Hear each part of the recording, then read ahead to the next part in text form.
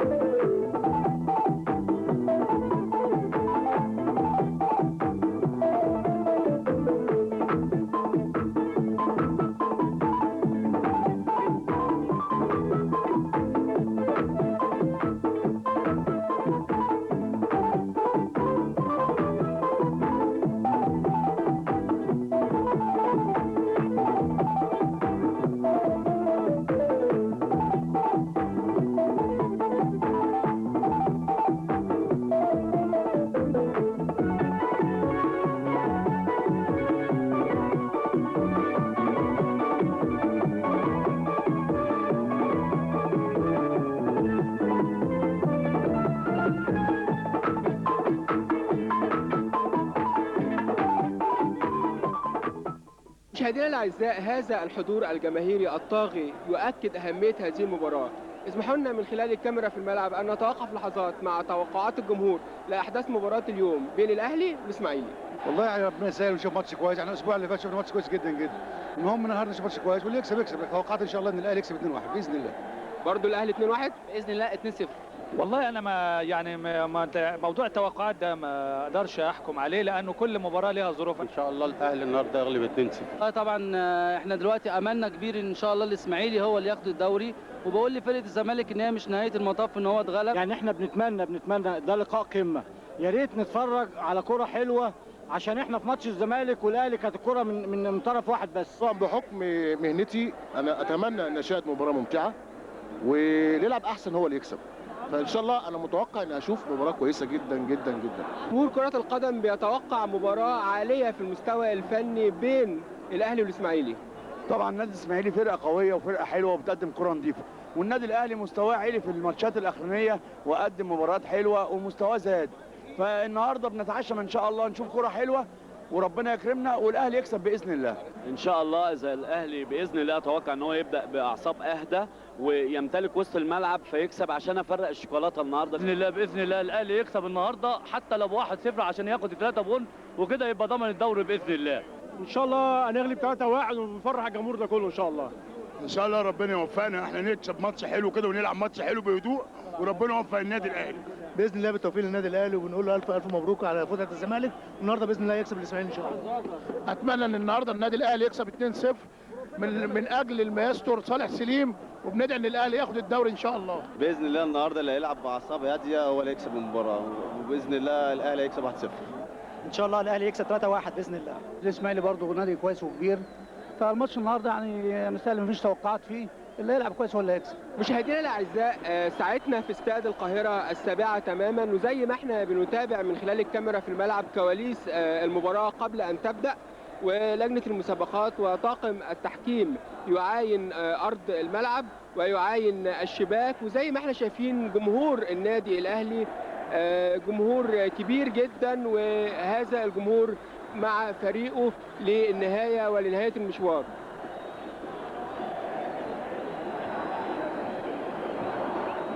مشاهدينا الاعزاء، دائما اسره الكاميرا في الملعب حريصه على تغطيه الكواليس، واليوم كان اجتماع لجنه الطوارئ لبحث اهم احداث الدوري العام في الفتره الاخيره، ويسعدنا مشاهدينا الاعزاء ان نلتقي مع السيد اللواء محمد علي رئيس لجنه المسابقات بالاتحاد المصري لكره القدم. اهلا بحضرتك معنا على شاشه القناه الثالثه والكاميرا في الملعب. اهلا بيك.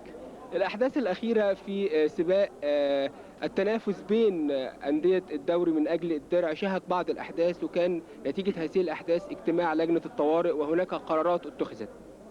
بسم الله الرحمن الرحيم. هو طبعا الاحداث دي كانت تقصد بها ماتش الاهلي والزمالك. تمام. هو طبعا الماتش مشي طبيعي جدا وقرارات الحكم كانت طبيعيه. لما أثير في الإعلام والرؤية اللي بانت فيه على شاشات التلفزيون إن في بعض الخروج عن الأسلوب الصحيح أو الأسلوب الرياضي من بعض اللاعبين، كانت على لجنة الطوارئ أنها تجتمع فورا، لأن الماتش لعب الخميس وفي ماتشات يوم الاثنين، وبالتالي كان لازم يبقى في قرارات سريعة قبل ما يتلعب المباريات التالية مباشرة. اللجنة طبعا اطلعت على تقرير الحكم وتقرير مراقب المباراة وتقرير مراقب الحكام، وشاهدت شريط المباراة المسجل من القنوات الرسمية اللي بتذيع وليست القنوات الخاصة أو قنوات الفضائية الأخرى. طبعا استقر رأي اللجنة وحبت أنها تؤكد قراراتها فيما بعدها، فادت قرار معلن، وهو ان اللاعبين سواء من الاهلي او الزمالك اللي طردوا يعاقبوا بمباراتين ايقاف، بجانب ان كابتن حسام حسن وابراهيم حسن اضطرينا ان احنا نتخذ قرار بالايقاف الى حين اجتماع لجنه المسابقات يوم الثلاث لاعاده دراسه الشريط وما احيط بالتصرفات اللي تمت واللي اتكلمت عليها كل وسائل الاعلام لاتخاذ القرار المناسب تطبيقا للائحه المسابقات اللي معتمده من الجمعيه العموميه مع بدايه هذا الموسم.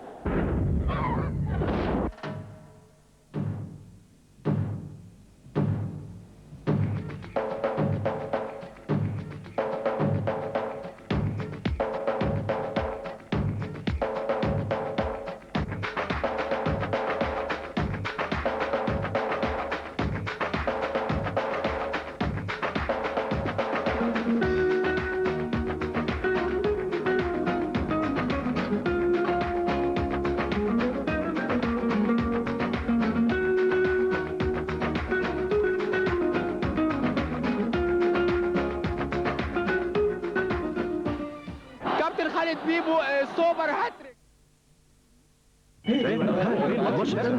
كورة حلوة. الحمام فين؟ تاني؟ لا يا حبيبتي، ثواني. كل ما اروح حتة الاقي تصميم جديد. فعلا تصميم فنان. لعبة حلوة. دي مش بس حلوة، دي تحفة.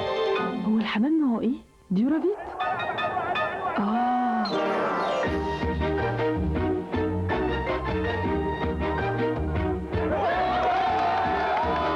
يا شباب الماتش كام؟ ديورافيت مفهوم جديد لأطقم الحمامات.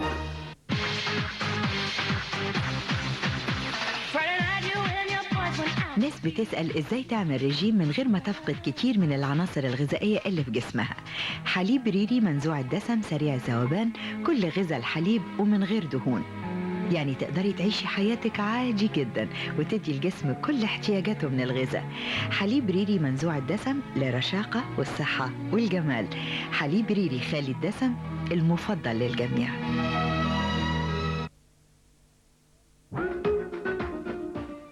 كابتن خالد بيبو سوبر هاتريك في الدوري العام، يا ترى تقول ايه لجمهور النادي الاهلي اللي بيحيي وبيقول خالد بيبو خالد بيبو؟ الحمد لله رب العالمين. طبعا اتمنى كنت اكون بالملعب النهارده، انما انا بحبهم واتمنى ان شاء الله احنا الزمايل موجودين ويساعدوا الفرقه ان شاء الله. كابتن محمد بركات، من خلال الكاميرا في الملعب لحظات قبل بدايه مباراه النهارده والتركيز واهميه هذه المباراه. بسم الله الرحمن الرحيم. طبعا ماتش مهم جدا طبعا، لانه هيقرب الفرقه اللي هتكسب ال3 بونت من الدوري بنسبه 70%، واعتقد طبعا ان هم استعدوا كويس واحنا استعدنا كويس، واحنا نتمنى التوفيق من عند ربنا ان شاء الله. مع جمهور النادي الاهلي وكابتن ابراهيم سعيد مش في الملعب النهارده، لكن موجود مع جمهور النادي الاهلي في هذه المباراه الحاسمه في مشوار الدوري.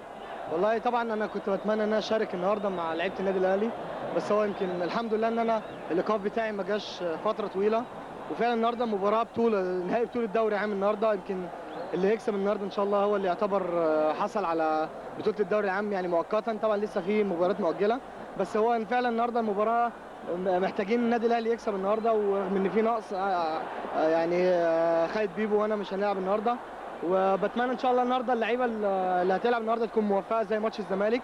وبقول لهم ان النهارده لعيبه النادي الاهلي ما يخافوش، ان دي مباراه كبيره برده زي مباراه نادي الزمالك بالظبط، والنهارده اللي هيبقى اهدى اعصابا هو اللي هيكسب. واعتقد ان جماهير النادي الاهلي دي موجوده النهارده عشان تشجع اللعيبه وما جوش من فراغ. ده نتيجه طبعا النادي الاهلي مباراه الزمالك تعب واللعيبه كلها تعبت والنتيجه كانت كبيره طبعا، فالمفروض تدينا دفعه ما تخليناش يبقى في غرور ولا حاجه من اللعيبه. بس انا ان شاء الله متوقع ان شاء الله النهارده النادي الاهلي يكسب باذن الله. كابتن اسلام الشاطر والتعليمات الاخيره من الكابتن محسن وسرحان فيها يا كابتن، بتفكر في ايه؟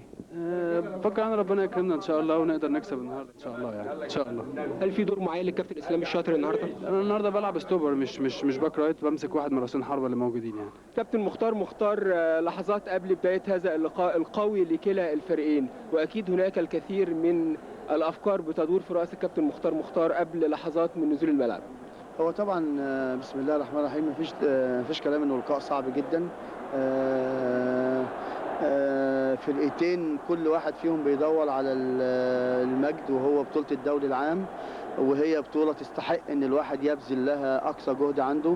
الماتش فيه نجوم كتير جدا من الفرقتين، كل فرقة طبعا بتعمل حساب الفرقة الثانية بشكل كبير جدا. كل فرقة على ما اظن برضو سواء احنا او هم قعدنا ودرسنا وشفنا نقاط القوة ونقاط الضعف اللي عندهم بشكل كويس قوي. اتمنى ان شاء الله اللي احنا وصلناه للاعبتنا يوصل بشكل كويس، ولاعبتنا يكملوا المسيرة اللي احنا ابتدأناها من 11 ماتش، النهارده الماتش ال 12 ان شاء الله ويكملوها، وتبقى يعني ايه بطولة زي ما بتقول بطولة غالية كده، وخصوصا ان هي كمان جت في الاخر وحملت اسم الدرع بكابتن صالح، فدي كمان مزودة حتة حماسنا ومزودة حتة مجهودنا ومزودة حتة تأكيدنا ان شاء الله رب العالمين ان احنا نحاول ان احنا نكسبها باذن الله. كابتن محسن صالح لحظات قبل بدايه مباراه النهارده ويطلق عليها في وسط كره القدم لقاء السحاب بين الاسماعيلي وبين الاهلي، يا ترى استعداد الاسماعيلي نفسيا وفنيا وخططيا لمباراه النهارده؟ يعني المباراه صعبه بالنسبه للفريقين، مستواهم الفني مرتفع. النادي الاهلي وصل لاعلى فورمه ممكنه. بالنسبه للاسماعيلي الحمد لله طوال الموسم بنقدم عروض جيده وثبات ونتائج جيده، وتقريبا طول الموسم احنا على قمه الدوري. النادي الاهلي استغل فوزه على جولدي وصعد للقمه، والمباراه دي فادته كتير قبل ماتش الزمالك.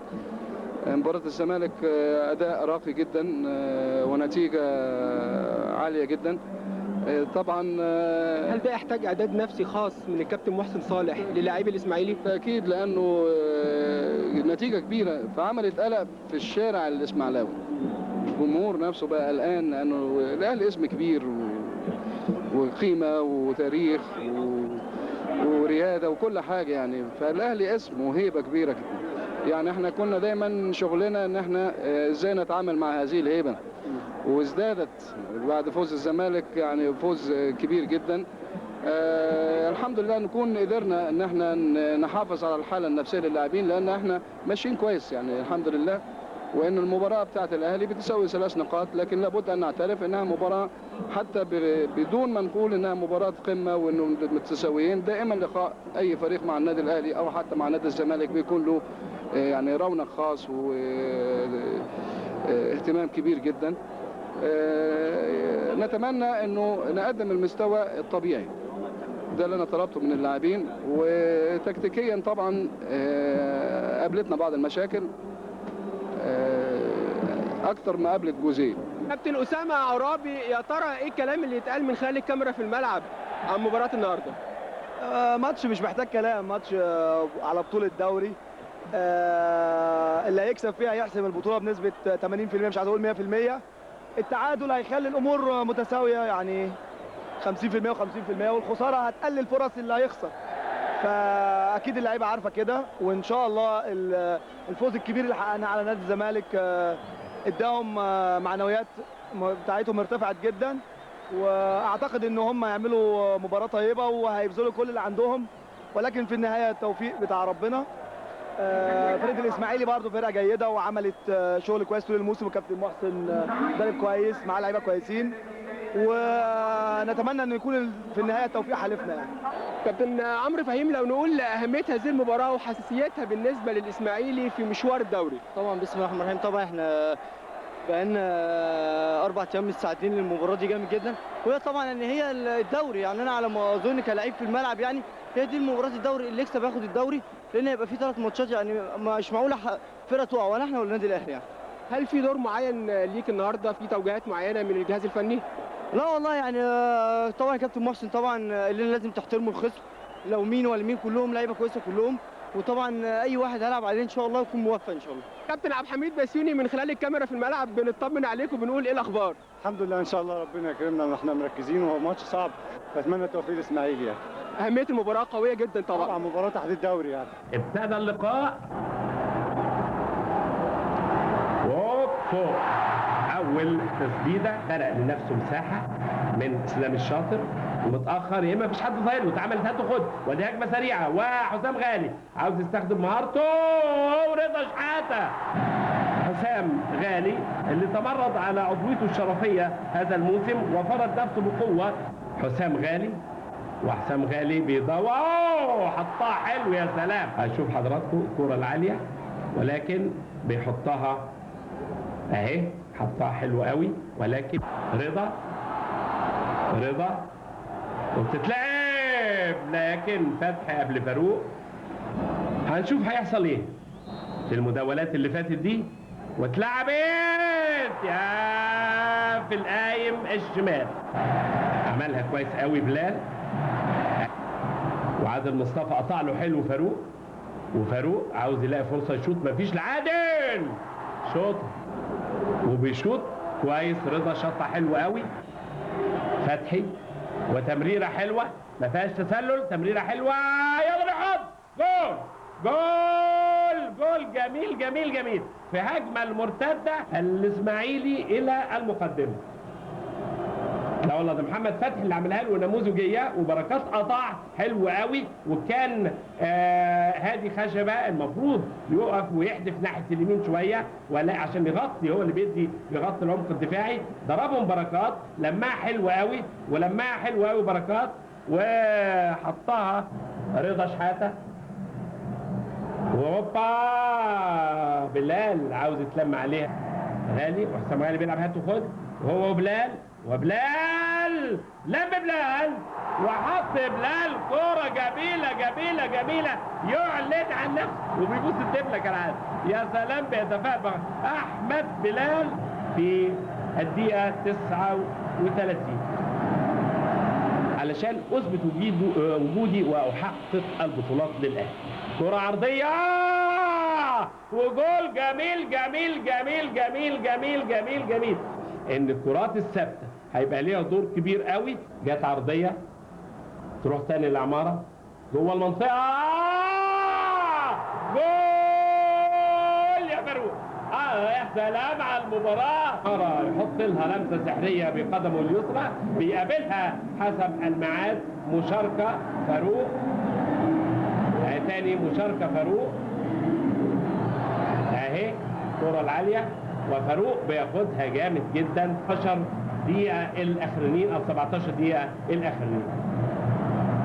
محمد صبحي الكرة العالية، وائل جمعة وهادي وصلاح على فكرة أصدقاء جدا. وفي هذه اللحظة أحبائي الكرام يعلن الحكم الأسباني فيكتور توريز نهاية الشوط الأول. كابتن محمد عمار. في كل القنوات هنعرف رأي الناس في تلفزيون توشيبا العربي بدون مقدمات بدون مجاملات. تقدر تقول بالعربي ده جهاز ماشي عندنا. توشيبا العربي بالعربي. ياباني وتوشيبا العربي، مش محتاجين اكتر من كده. تلفزيون البيت، المكتب، المصيف، توشيبا العربي بالعربي مطلوب. بالعربي وش حلو على المحل. توشيبا العربي بالعربي. 9 سنين والجهاز ما اتفتحش. بالعربي دهب. ديجيتال ويندو بالعربي فيفا. بالعربي بنحبوه. بالعربي عمر ما قصر. طب قصر. في البيت في الغيط صورة الله ينور. مش هتدفع يا حاج مالك في الصيانة، ما دفعش الحاج مالك في الصيانة. بالعربي كلمتهم واحدة. توشيبا العربي بالعربي. توشيبا العربي هيكدولي. توشيبا العربي بالعربي، تلفزيون العمر الطويل. يا مساء الانترنت، انتوا عارفين انترنت لينك بقى ببلاش ومش في القاهره بس، يعني المشكله ما بقتش فين ولا فين. بص شايف النمره دي نمره لينك، سرعتها باينه من نمرتها 037 سهله مش كده وسريعه جدا. تطلب لينك اسكندريه 037 وابشر 037 برضه 037 غردقه 037 هي 037 سويس 037 زي 037 اسماعيليه 037 حطك 037 037 خلص 037 لينك 037 من لينك دوت نت 037 كابتن محمد عماره، يا ترى ايه الكلام اللي اتقال لجمهور النادي الاهلي؟ اقول لجمهور النادي الاهلي ان شاء الله ربنا يكرمنا ان شاء الله. كابتن اسلام، لسه النتيجه بين الاهلي والاسماعيلي سجال. طبعا ان شاء الله الشوط الثاني تتحسم النتيجه وتتحسم الدوري ان شاء الله. كابتن عمرو فهيم معانا من خلال شاشه قناه ثالثه والكاميرا في الملعب، لو نتكلم عن قرايه سريعه للشوط الاول والهدف. طبعا الحمد لله طلعت من قدام فاروق الحمد لله، ورحت حطيتها بدماغي الحمد لله، ركزت فيها قوي في الزاويه الحمد لله حصلت على الهدف ان شاء الله. هل في كلام ممكن يتقال جوه لتغيير النتيجه؟ ربنا يسهل طبعا، والكابتن محسن نرجع تاني نظبط الفرقه تاني وان شاء الله وربنا يسهل ان شاء الله. الحمد لله احنا يعني احنا كنا بادئين ماتش كويس قوي وكنا مسيطرين.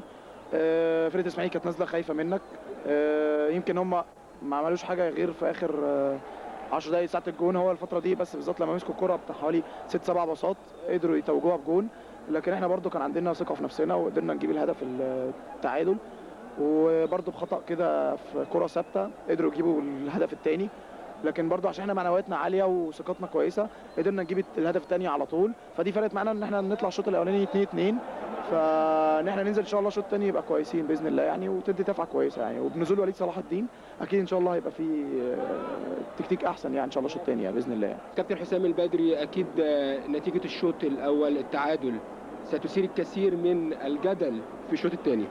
اكيد طبعا يعني المباراه لغايه الان فاضل 45 دقيقه والمباراه لم تحسم، وشايفين المباراه طبعا مستوى عالي جدا التكتيكي والمجهود اللي مبذول بيها، والفرقتين مقفلين على بعض كويس قوي، وبتبقى فيها فترات يعني في فترات الاهلي متسيد وفي فترات ثانيه الاسماعيلي، الفرقتين مستواهم عالي وفي 45 دقيقه ممكن تشوف فيها حاجات كتيره جدا، لكن انا بقول ان لابد يبقى في حذر شويه. احنا عارفين ان بركات، وانا قلت كده يمكن في بدايه حديثي ان بركات هو اخطر واحد في لعيبه الاسماعيلي، فلو كان في التعليمات اتنفذت زي ما احنا قلنا كنا ممكن نتجنب الجول الاولاني بالذات، لكن معلش سوء توفيق وان شاء الله يبقى في فرصه ان احنا نعوض الشوط الثاني باذن الله. هل هيكون في تركيز على بركات في الشوط الثاني تحديدا؟ هو في تركيز من بدايه المباراه، بركات لعيب مميز انا بقوله من بدايه المباراه، يعني احنا قلنا ان بركات ما يروحش فاضي خالص وهو معهوش الكوره، لابد سيد عبد الحفيظ على طول في مراقبه، وسيد ملوش دعوه بالكوره طول ما هي متحركه على طول عينيه على بركات، لكن برضه هو في توفيق في الكوره الاولانيه، وكان لابد ان يبقى في ميل شويه على بركات بحيث ان احنا نقفل له المساحه دي. انا بقول الشوط الثاني ان شاء الله هيبقى في تعديل بالنسبه لنا، يمكن بعد 10 دقائق او من بدايه الشوط هنشوف مستر مانويل على اساس ان احنا برضو تبقى في كور في العمق شويه، يعني انا شايف لو في كور في العمق الهجمات المرتده بتمثل خطوره على الاهلي. بالظبط، لا مش انا بتكلم العمق بتاع فرقه الاسماعيلي، انا بتكلم لو في امداد في العمق بتاع الديفنس بتاع الاسماعيلي ممكن نوصل اسرع شويه، لان انا بقول لما احنا بنقطع الكوره وابتدي يبقى في تحضير كويس كتير بنديهم فرصه ان هم يقفلوا خط الدفاع بتاعهم، عشان كده ممكن نعمل تغيير باذن الله، يبقى في باص سريع في العمق شويه يوصلنا اسرع للجون ان شاء الله. نزول وليد صلاح مكان رضا شحاته، لكن عماد قطع كوره وكمل الهجمه وبتتلعب له من سيد معوض، يا سلام، عمل وائل جمعه وعماره وبيحطها حسام غالي يلعبها لا فوق يا بلال لعطيه صابر، وعطيه صابر لبركات، لعطيه وضربه جزاء. هنشوفها تاني اهي، عطيه صابر وعماره، ونشوف ضربه الجزاء ونركز. اسلام وعصام وجول، حطها حلوه قوي قوي قوي اسلام الشاطر، راسه يتقدم اسلام الشاطر من بينالتي. الاهلي يدخل مرحله البحث عن التعادل، ما خدش المبادره ابدا في ماتش النهارده، وادي فاروق لوليد، وليد بيحطها، يقدر يا راجل، جايب جولين على فكره في جولدي وقناه. شوف الكره اتشاطت من وليد، عملت باند مع صبحي وردت لوائل جمعه، وادي عماره لعلاء، علاء اسير كرسي البدلاء في الفتره اللي فاتت وبيلعبها حلوه لبلال، يا سلام يا سلام يا بلال، اشعل حماس الملايين من الاهلاويه. بلال يا سلام، بس علاء ابراهيم عمل شغل، فتح الفتح كويس قوي وما طلعش فيها عماد النحاس وعملها حلو قوي لبلال، لم ولف وحط برضه. ادي علاء وادي علاء بيشوط كوره والله اسير كرسي البدلاء، بخبره قطعها وتمريره ذكيه جدا لبركات، فات بمهارته، وهنشوف الحكم هيدي ايه. ما اداش حاجه. ابراهيم يا ابني مظلوم يا حبيبي والله، والكوره في العرض. ايه ده علاء ابراهيم، يعني علاء ابراهيم بيقول انا هنا، كانه من كوكب اخر. احمد بلال سحب انبساط من الكل بالاجوال، واتلعبت هات وخد جميله وداخل جوه المنطقه وضربه جزاء. يا سلام، نشوفها تاني، ضربه جزاء وهنشوف ندي ايه. وكارت اصفر لاسلام الشاطر. يا حسام يا غالي بيحب يلعب هات وخد، لكن ردها له ايه؟ ردها له احمد بلال 10/10. علاء ابراهيم احد الاوراق الرابحه في ماتش النهارده. علاء جول، يا على الكوره في وقت يصعب فيه التعويض. صحيح كل حاجه جايزه، احنا في الدقيقه 42 غير الوقت بدل الطايح، لكن الفرمان دايما يبحثون عن الهجوم، وتفكيره كان هجومي وهو مغلوب. التعادل والمكسب. اسلام بيلاحظ، اسلام بيقدر يا وضربة جزاء. يا الإثارة، ده فيها طرد يا حبيبي، ده فيها طبعا فيها طرد. يا على الإثارة والموت. ضربة المعاناة وحطها جول عطية صابر. 4-4. وفعلا احبائي الكرام في هذه اللقطة بيصفر الحكم الاسباني فيكتور توريز عشان ينهي هذا اللقاء الشيق الممتع، الاهلي واسماعيلي اللي تعادلوا فيه 4-4. بشرى لطلبة وطالبات الصف الخامس الابتدائي وجميع الصفوف الإعدادية والثانوية، الأميرية واللغات ودبلوم التجارة ودبلوم الصنايع والشهادة الثانوية الأزهرية. ظهرت بالمكتبات التوقعات المرئية للأسئلة المتوقعة في امتحان نهاية العام وإجاباتها النموذجية.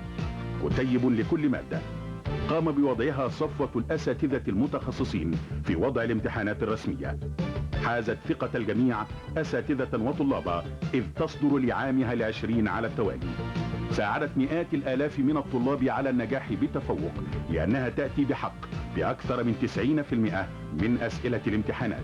تتميز بالشمولية والدقة والوضوح، تعطي الأمان لأدنى مستوى وتحقق التفوق لأعلى مستوى. تباع بسعر التكلفة، فاحرص على اقتنائها قبل النفاذ. احذروا التقليد عند شراء. بالتوقعات المرئية نجاحك أكيد والمجموع يزيد.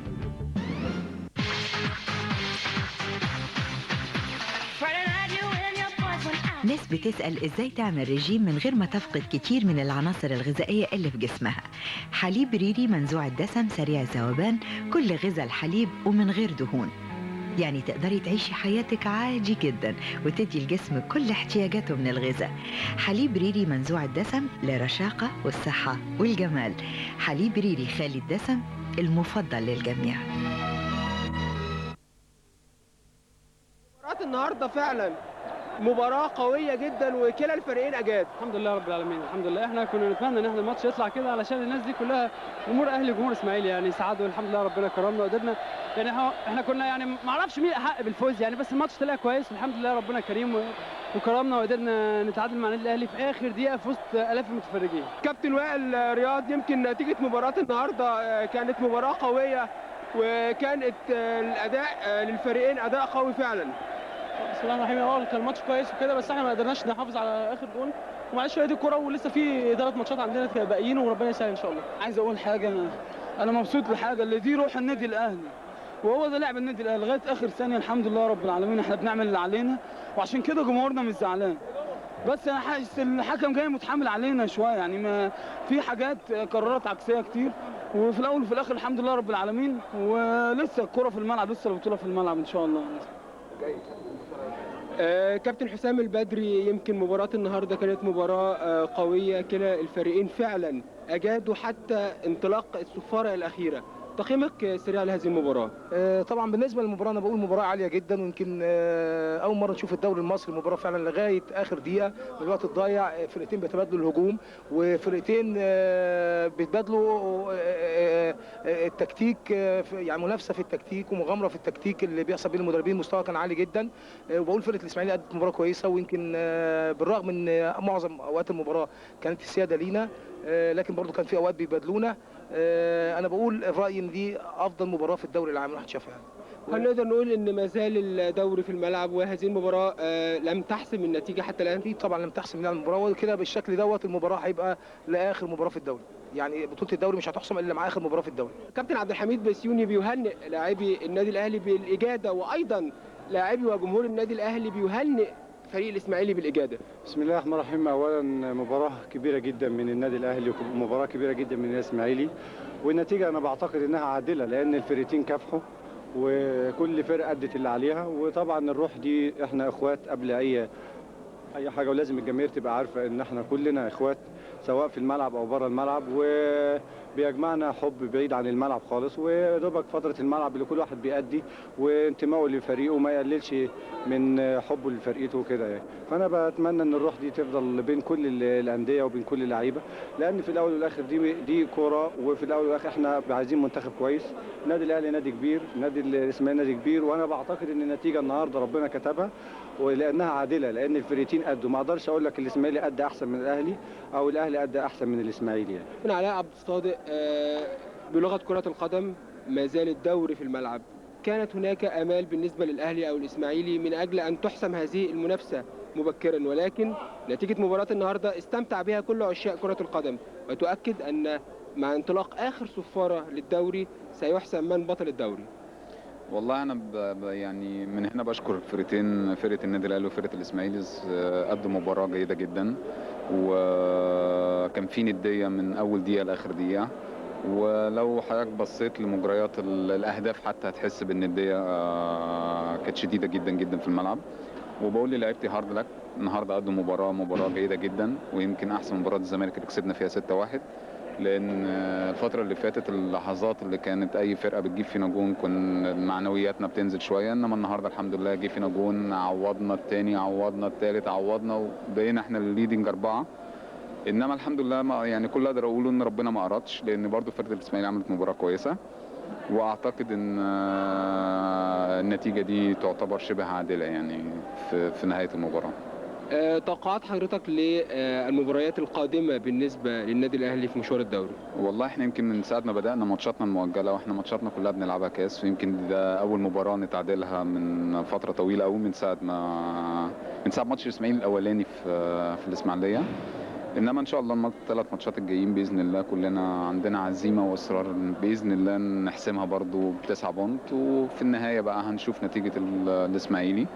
لو هم كمان كسبوا ال9 بونت هنضطر نلعب مباراه فاصله. عن هذه الروح نقول ايه عن مباراه النهارده؟ لا والله انا بقول الحمد لله والشكر لله، النتيجه بتاعت ربنا سبحانه وتعالى. احنا بيتهيألي المباراه يعني اجمل مباراه اتلعبت في الدوري، او من على مدار يمكن 3 سنين او سنتين. انا بيتهيألي ما فيش من حد من لعيبه النادي الاهلي اثر او من لعيبه الاسماعيلي اثر.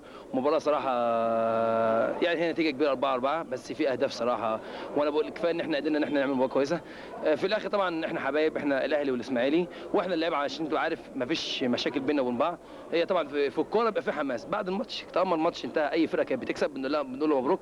بس انا بقول هي دي الكوره في الاخر. احنا يمكن في ده لحد الدقيقه يعني 47 او 48 من الشوط الثاني جاي على ضربه جزاء، بس انا بقول ان شاء الله تعوض في الماتشات اللي جايه.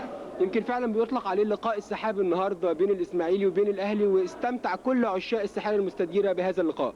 هو طبعا فعلا لقاء سحاب، لانه حساسيه الماتش بالنسبه لبطوله الدوري وبالنسبه لقمه الدوري، يعني بالنسبه لفرقه النادي الاهلي وفرقه النادي الاسماعيلي والمنافسه على بطوله الدوري، فمن هنا كانت اهميه الماتش وحساسيته يعني. كابتن محمد بركات، احسن لاعب في مباراه النهارده، وكانت احسن مباراه فعلا في مشوار الدوري العام. تقييمك سريع لهذه المباراه؟ بسم الله الرحمن الرحيم.